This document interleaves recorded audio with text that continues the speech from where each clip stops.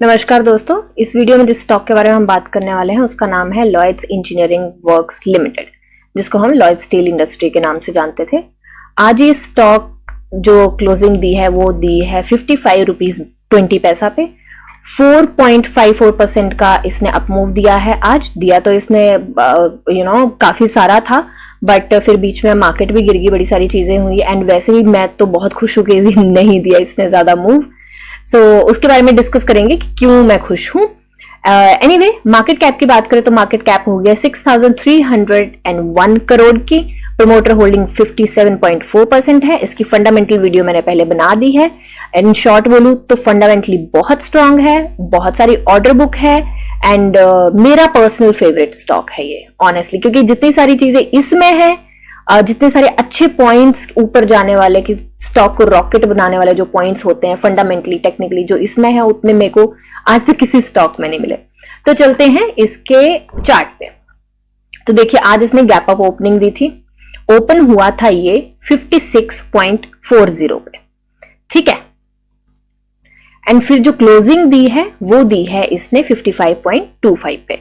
Okay, तो basically ये red इसलिए दिखा रहा है क्योंकि ओपनिंग से नीचे क्लोज हुआ है, पर वैसे देखा जाए तो इसने काफी अच्छा मूव दिया है। अभी बात करते हैं पर्सनली क्यों खुश हूं कि ये अपर सर्किट में नहीं गया।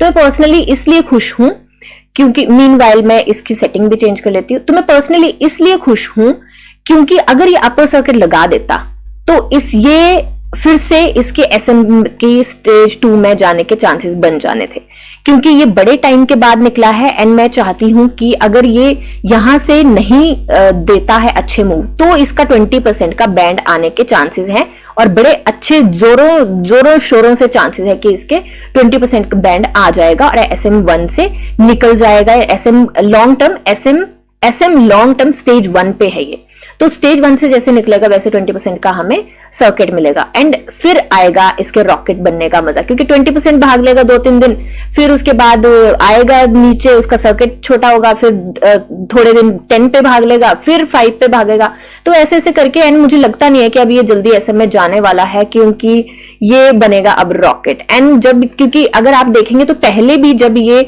70 पैसे के आसपास था, तो मैं आपको दिखाती हूं यहाँ पे पीछे ले जाके कि जब ये पहले भागा था तो ये 5% के बैंड पे भाग गया था ऊपर।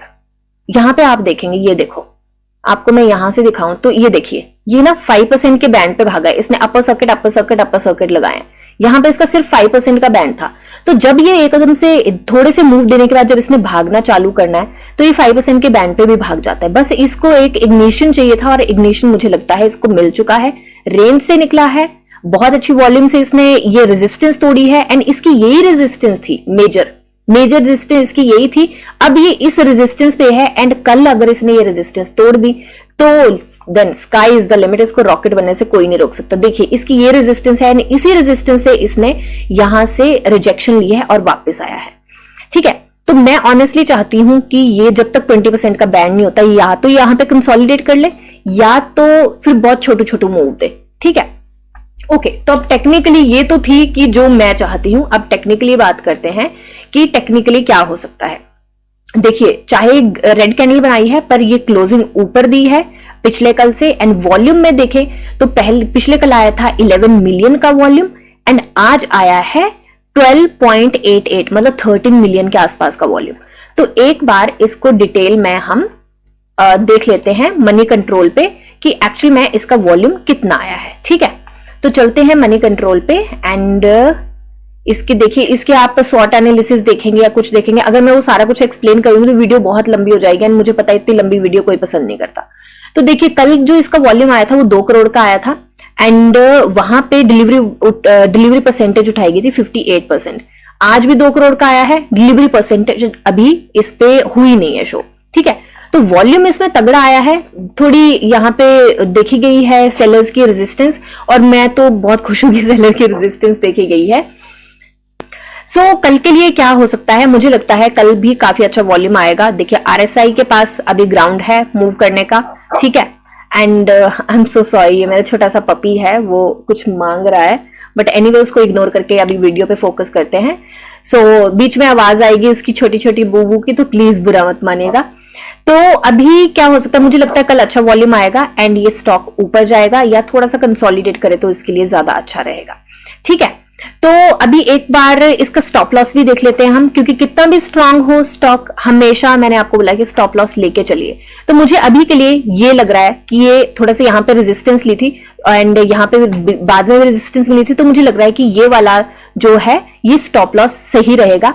एंड अगर देखें तो 10% का अभी बैंड है, तो 10% के बैंड के हिसाब से यहाँ पे देखें तो 7% के आसपास ये होता है। तो मुझे लगता है कि इतना स्टॉप लॉस काफी रहेगा। बाकी आपका एपेटाइट है कि आप कितने पे स्टॉप लॉस लेना चाहते हैं, 2% पे, 3 पे, 5 पे, 10 पे, वो आपका एपेटाइट है। बट मुझे लगता है कि स्टॉक बनने वाला है रॉकेट। ओके, तो अब बात करते हैं कि इसका क्या हो सकता है आगे।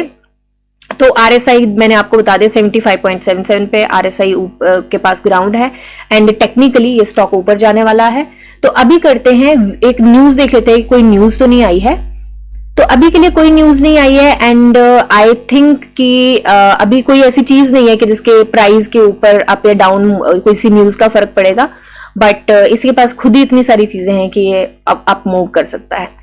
रेस्ट अगेन कोई बाई सेल होल्ड की रिकमेंडेशन नहीं है। अपनी एनालिसिस कीजिए, जानिए समझिए, पढ़िए और फिर इन्वेस्ट करिए। Thank you and happy investing.